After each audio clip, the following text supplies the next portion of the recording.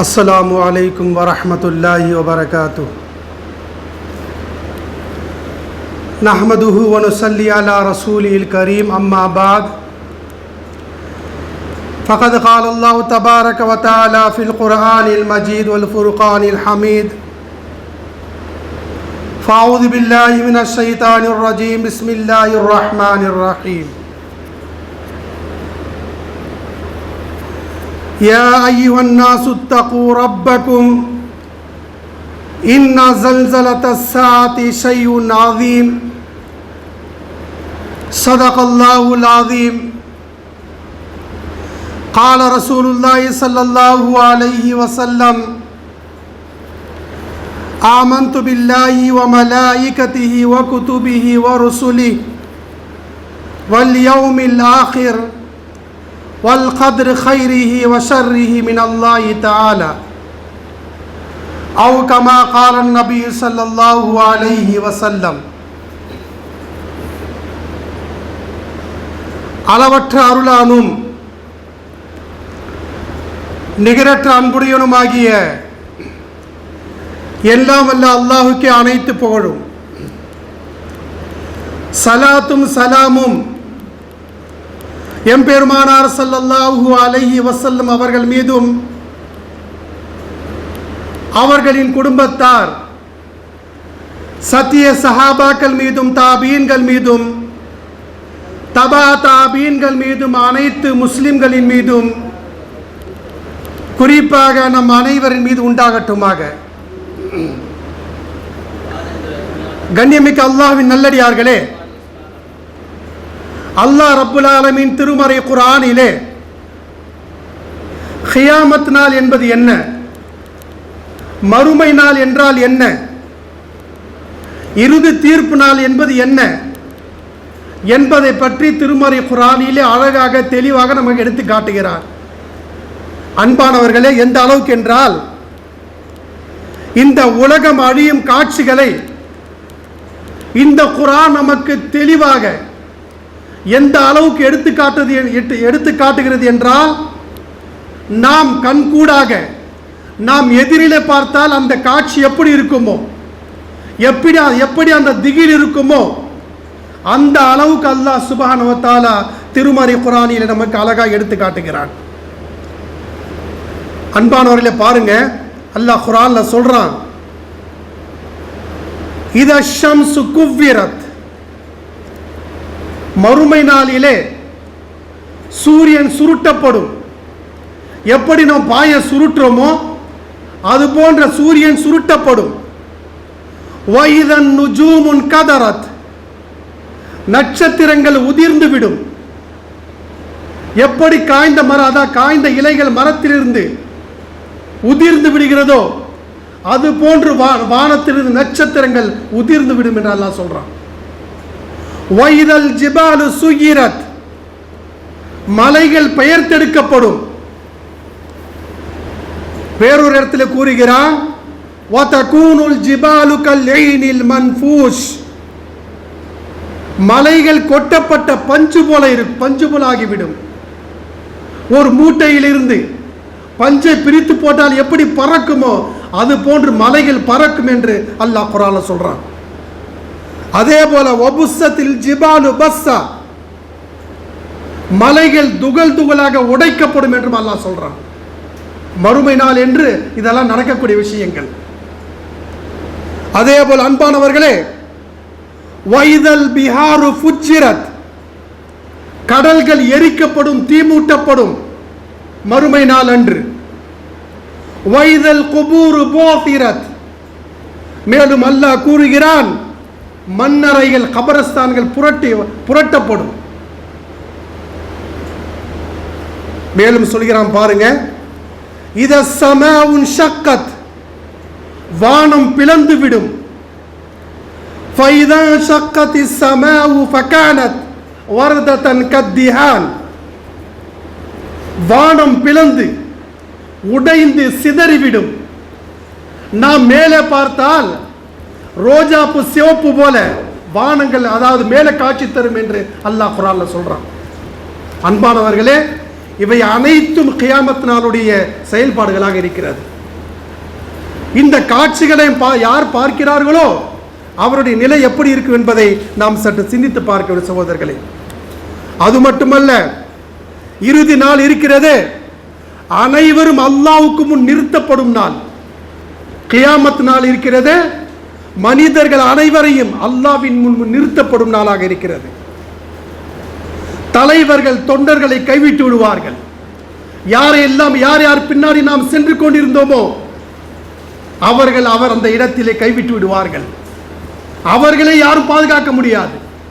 அந்த நிலை தான் மறுமை நிலை. அதே போல் அன்பானவர்களே, மனைவி, மக்கள், சொத்துக்கள் நமக்கு எதுவும் உதவாது. நாம் எந்த மனைவிக்காக சிரமப்படுகின்றோமோ, எந்த மக்களுக்காக சம்பாதிக்கிறோமோ, அந்த மக்கள் அந்த இடத்தில் நம்முடைய மக்கள் அங்கு உதவி கோர மாட்டாங்க. அது மட்டுமல்ல அன்பானவர்களே, வானமும் பூமியும் மாற்றப்படும். இப்போது இருக்கிற பூமி இருக்கிறது இல்லையா, மறுமை நாளில் இந்த பூமி இருக்காது. நாம் பார்க்கக்கூடிய வானம் இருக்கிறது, மறுமை நாளில் அந்த வானம் இருக்காது, அப்படி மாற்றப்படும். மேலும் அல்லாஹ் சொல்றான், மனிதன் தனக்கு எதிராக சாட்சி சொல்லுவான், மனிதன் தனக்கு எதிராகவே சாட்சி சொல்லிக் கொள்வான். எவரும் எவருக்கும் பயனளிக்கப்பட மாட்டாது. இன்னாரை கொண்டு பயன் கிடைக்குமா என்று சொன்னால் நிச்சயமா கிடைக்காது. இதை அல்லாஹ் சொல்லி நம்ம காட்டுறான். அதே போல் அன்பானவர்களே, சில முகங்கள் அங்கு பிரகாசமாக இருக்கும், சில முகங்கள் கருத்து போயிருக்கும். யார் இந்த உலகத்திலே ஈமான் படி வாழ்ந்தார்களோ, ஈமான் படி இருந்தார்களோ, அவருடைய முகம் எல்லாம் மறுமை நாள் என்று சிரித்த முகத்தோடு இருப்பார்கள். யாரெல்லாம் அல்லாஹ்வை புறக்கணித்து வாழ்ந்தார்களோ அவருடைய முகம் எல்லாம் கருத்து விடும். அது மட்டும் அன்பானவர்களே, அந்த மறுமை நாள் அன்று உண்மை மட்டும் தான் பயனளிக்கும். யார் உலகத்திலே நன்மை செய்தார்களோ அது மட்டும் தான் அங்கு பயனளிக்கும், வேறு எதுவும் பயனளிக்காது. அதே போல் அன்பானவர்களே, மறுமை தீர்ப்பு நாள் என்று நாம் எதையும் மறைக்க முடியாது, எந்த விஷயத்தையும் மறைக்க முடியாது. அதே போல அல்லாஹ்வுடைய அனுமதியின்றி யாரும் பேச முடியாது.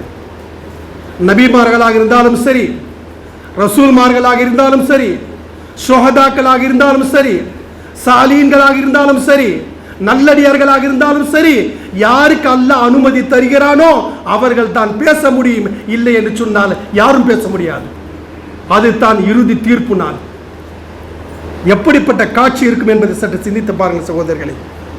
அதே போன்று தான் ஒவ்வொரு மனிதனுடைய பார்வைகள் நிலை குத்தி நிற்கும். மௌத்துடைய நேரத்தில் எப்படி பார்வைகள் உயர்ந்து மேலே இருக்கிறதோ, நிலை குத்தி நிற்கிறதோ, அது போன்று தான் அனைத்து மக்களுடைய பார்வைகள் இருக்கும். அதே போல் அன்பானவர்களே, இதயங்கள் தொண்டைகளை அடைத்துக் கொள்ளும். இதயம் இருக்கிறது, தொண்டைகளை அடைத்துக் கொள்ளும். எந்த அளவுக்கு என்று சொன்னால் சிறுவருடைய தலைமுடி கூட பழுத்து போய்விடும், நரையாகிவிடும். அப்பேற்பட்ட ஒரு காட்சி மறுமை நாளில் இருக்கும் சகோதரர்களே. அதே போல் அன்பானவர்களே, ஊர்ந்து செல்லக்கூடிய, பறந்து போகக்கூடிய, நடந்து செல்லக்கூடிய அனைத்து உயிரினங்களும் எழுப்பப்படும். எல்லா உயிரினங்களும் அந்த இடத்தில் எழுப்பப்படும். மேலும் பாருங்க, ஜின்கள் எழுப்பப்படும், ஷைத்தான்கள் எழுப்பப்படுவான். மக்கள் எல்லோரும் கை சேதத்து மேல் கை சேதமாக இருப்பார்கள். எந்த அளவுக்கு என்றால் மனிதனுடைய 2 கால்கள் பின்னிக் கொள்ளும். பயத்துடைய உச்சிக்கு வந்தால்தான் 2 கால்கள் பின்னிக் கொள்ளும். அதே போல் அன்பானவர்களே, எந்த அளவுக்கு என்று சொன்னால் தீயவர்கள் குருடர்களாக, ஊமைகளாக, செவிடர்களாக எழுப்பப்படுவார்கள். அது மட்டுமல்ல அன்பானவர்களே, யார் எந்த மனிதர், எந்த உயிர் எரித்து கடலிலே வீசப்பட்டதோ, எந்த விலங்குகள் மனிதன மற்ற உறுப்புகளை சாப்பிட்டதோ அவையும் அந்த இடத்தில் எழுப்பப்படும். இது போன்ற காட்சிகள் தான் மறுமையுடைய காட்சி. இதைத்தான் அல்லாஹ் சொல்றான், குர்ஆன்ல சொல்றான் அல்லாஹ், இந்த நிலை வந்துவிட்டால் உங்களை யாரையும் காப்பாற்ற முடியாது. உங்களுடைய அமல் தான் உங்களை காப்பாற்றும், உங்களுடைய ஈமான் தான் உங்களை காப்பாற்றும். இல்லை என்று சொன்னால் அந்த நிலைமை இருக்கிற சகோதரர்களே, சற்று சிந்தித்து பாருங்கள். மிகப்பெரிய ஒரு திடுக்கிடும் நிலையாக இருக்கும். யாருக்கு உதவி செய்ய முடியாது. சகோதரன் உதவி செய்ய மாட்டான், மனைவி உதவிக்கு வர மாட்டாங்க, பெற்றெடுத்த மகன் உதவிக்கு வர மாட்டான், தாய் உதவிக்கு வர மாட்டாங்க, தகப்பனார் அப்பா உதவிக்கு வர மாட்டார். இது போன்ற நிலை, இது போன்ற காட்சி தான் மறுமையுடைய நிலை. இதை கொண்டு நீங்கள் அஞ்சிக் கொள்ளுங்கள், இதை கொண்டு நீங்கள் படிப்பினை பெற்றுக் கொள்ளுங்கள் என்று அல்லாஹ் சுப்ஹானஹு வ தஆலா திருமறை குர்ஆனில் நமக்கு தெளிவாக எடுத்து காட்டுகிறான் சகோதரர்கள். அதே போல் அன்பான பாருங்க,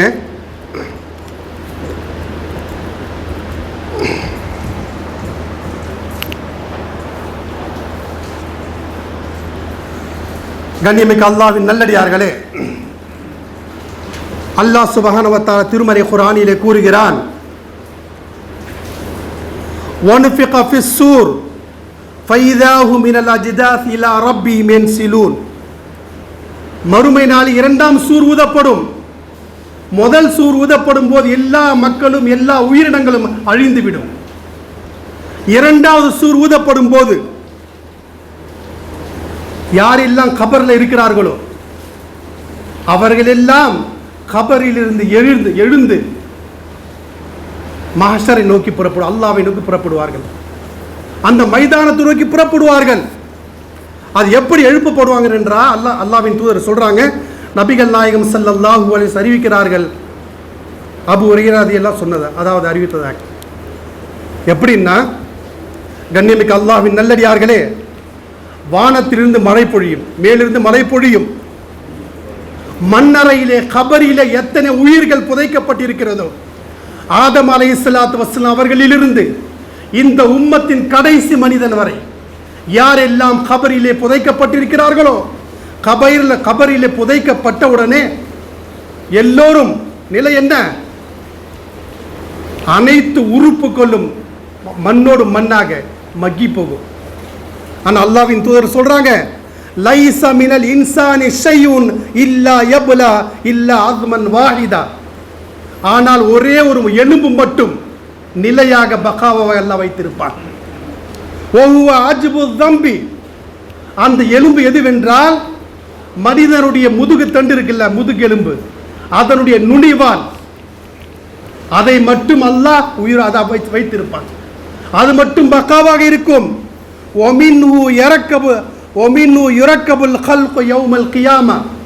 மறுமை நாளிலே அதை வைத்து தான் அல்லாஹ் அனைத்து மக்களை எழுப்புவான். எப்படின்னு சொன்னா, யாரெல்லாம் மௌத்தாகி விட்டார்களோ, மண்ணோடு மண்ணாக மக்கி போய் விட்டார்களோ, திரும்ப அல்லாஹ் எழுப்பப்படும் போது பொத்தும் பொதுவா எழுப்ப மாட்டான். இன்னார் இன்னார் இன்னார் அப்துல் மாலிகா அதே ரூபத்தில் வருவார், இன்னாரா அதே ரூபத்தில் வருவார், அவர் அதே ரூபத்தில் வருவார். இது போன்று அல்லாஹ் எழுப்பான் சகோதரர்களே. இதற்காகத்தான் அல்லாஹ் வைத்திருக்கக்கூடிய ஒரு விஷயம் தெரியுமா? ஆஜிபு தம்பி, நம்முடைய முதுகு எலும்புடைய நுனி வால் இருக்கிறது இல்லையா, அது அப்படியே இருக்கும். மறுமை நாளிலே எழுப்ப அதை வைத்து தான் அல்லாஹ் அனைவரையும் எழுப்புவான்.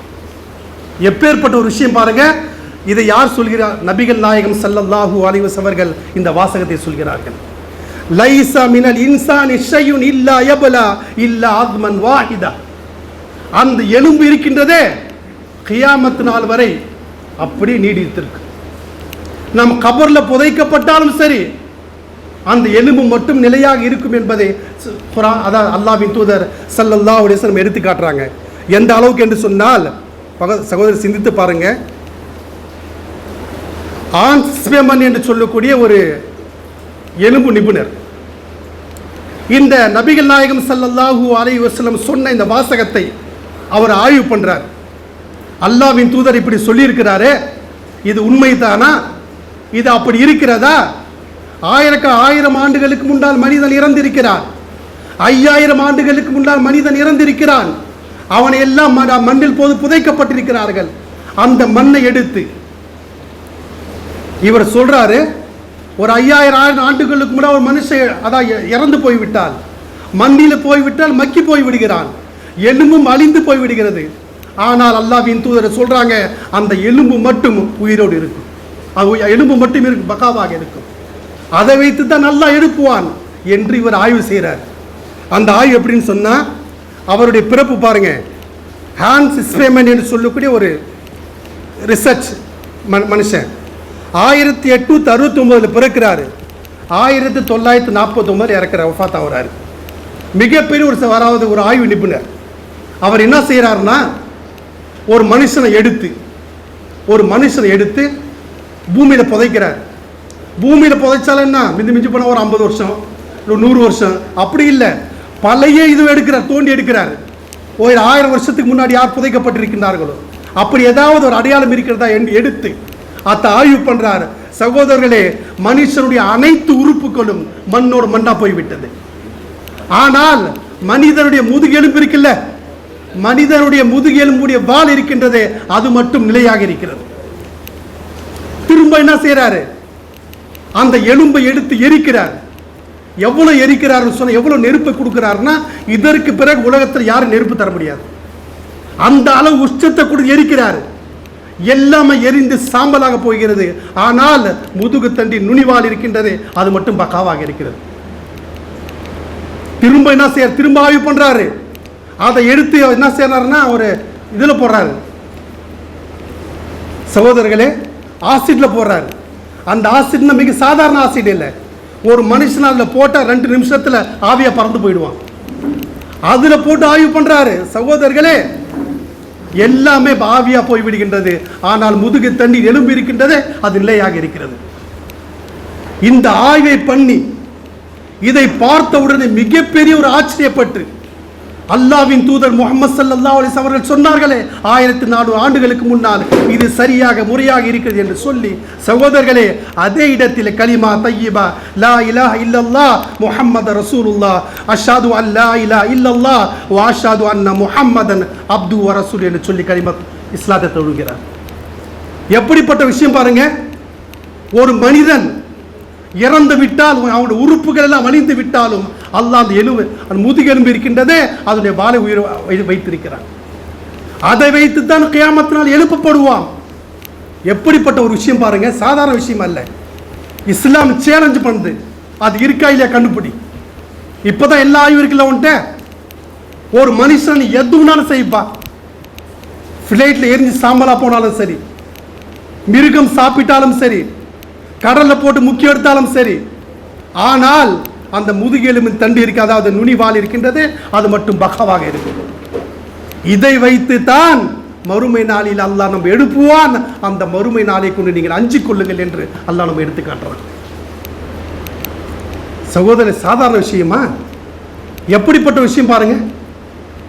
இந்த விஷயத்தை யார் சகோதரர் நாம் கவனம் எதை செலுத்த வேண்டும் தெரியுமா? இப்படிப்பட்ட ஒரு அத்தாட்சிகளை நாம் கண்கூடாக பார்க்கிறோம். அந்த மறுமை நாள் இருக்கின்றது. மறுமை நாளிலே நம்முடைய ஈமான் சரியாக இருந்தால்தான் அவன் வெற்றி அடைவான். இல்லை என்று சொன்னால் அவன் எவ்வளவு பெரிய அந்த வம்சத்தில் பிறந்தாலும் சரி வெற்றி அடைய மாட்டான். அல்லாஹ் அங்க பார்ப்பது ஈமான் தான். அந்த ஈமான் தான் மறுமை நாளில் நமக்கு வெற்றி தரும் சகோதரர்களே. அது மட்டுமல்ல, பாருங்க எந்த அளவுக்கு என்று சொன்னால்,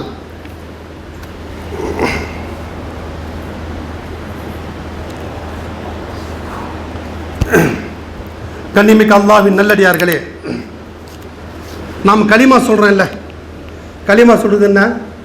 ஆமன்து பில்லாஹி வ மலாயிகத்திஹி வ குதுபிஹி வ ருசுலிஹி வல் யௌமில் ஆகிர் வல் கத்ரி கைரிஹி வ ஷர்ரிஹி மினல்லாஹி தஆலா. இதை யார் முழுமையாக நம்புகிறார்களோ அவன் தான் முஸ்லீம். இல்லை என்றால் முஸ்லீம் கிடையாது. இந்த மஹ்ஷர் மைதானத்தில் சகோதரர்களே நிலை எப்படி இருக்கும் தெரியுமா? அந்த காட்சிகளை நாம் பார்த்தாலே மிகப்பெரிய ஒரு அதிர்வூட்டுக்கு நிகழ்ச்சியாக இருக்கும். அல்லாஹ் குர்ஆன்ல சொல்றான், யௌமா துபத்தருல் அர்து கைரல் அர்து வஸ் ஸமாவாத். மறுமை நாளிலே இருக்கக்கூடிய இந்த பூமி இருக்கிறதே, இந்த பூமி அங்க இருக்காது. அங்க பூமி இருக்கும், வேற பூமியா இருக்கும். இங்க வானம் இருக்கிறது, இந்த வானம் இருக்காது, வேறு வானமாக இருக்கும். இப்படி அல்லாஹ் படைத்து வைத்திருப்பான். அது மட்டுமல்ல, எந்த அளவுக்கு என்று சொன்ன சகோதரர்களே, மறுமை நாளிலே சூரியன் இருக்கிறதே நம்முடைய தலைக்கு மேலே இருக்கும். 1 கிலோமீட்டர் தொலைவு தூரத்தில் தான் இருக்கும். எந்த அளவுக்கு என்று சொன்னால், மக்கள் தன் செயலுக்கு ஏற்றவாறு வேர்வைகள் அதிகமாக சுரக்கும். மக்கள் உலகத்தில் ஈமான் படி வாழ்ந்தார்களா, நல்லவர்களாக வாழ்ந்தார்களா, சாலியான மனிதனாக வாழ்ந்தார்களா? அப்படி இருந்தால் அதற்கு ஏற்றவாறு தான் சகோதரர்களே வேர்வை சுரக்கும். எப்படின்னா, சில பேர் பாவம் செய்திருப்பான், சில மக்கள் இருப்பாங்க, மறுமை நாளில் அனைத்து மக்களும் ஒரே மைதானத்திலே நிப்பாட்டப்படுவார்கள். ஆதம் அலைஹிஸ்ஸலாத்து வஸ்ஸலாம் அவர்களிலிருந்து இந்த உம்மத் நபிகள் நாயகம் ஸல்லல்லாஹு அலைஹி வஸல்லம் கடைசி மனிதன் வரை ஒரே மைதானத்தில் நிப்பாட்டப்படுவார். சகோதரர்கள், சூரியன் நமக்கு தலைக்கு மேலே இருக்கும். அவருடைய அமலை கொண்டு தான் வேர்வை சிந்தப்படும்.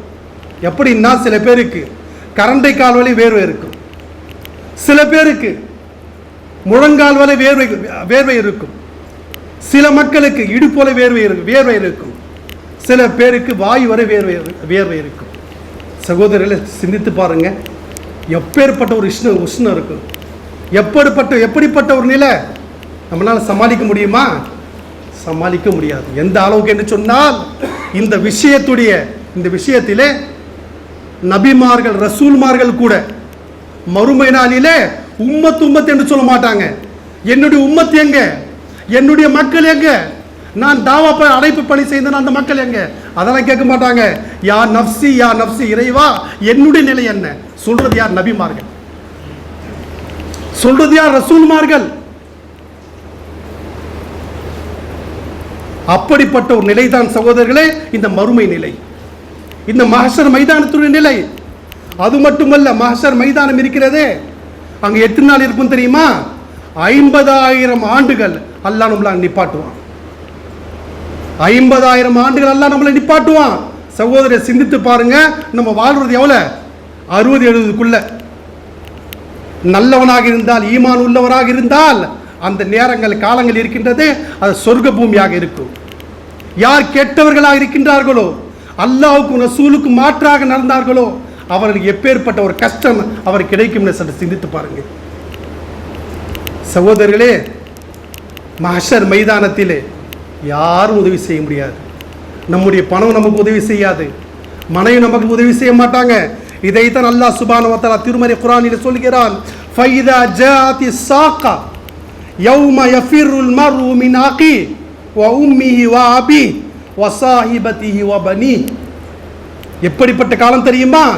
நம்முடைய கூட பிறந்த சகோதரன் நமக்கு உதவி செய்ய மாட்டான், ஒரு நன்மை தர மாட்டான்.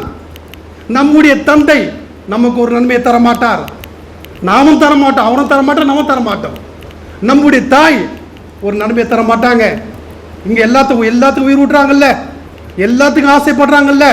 பிள்ளை இல்லைன்னு சொன்னால் மிகப்பெரிய ஒரு அன்பு தாய் செலுத்துவார்கள், ஆனால் அந்த இடத்துல மறந்து விடுவார்கள்.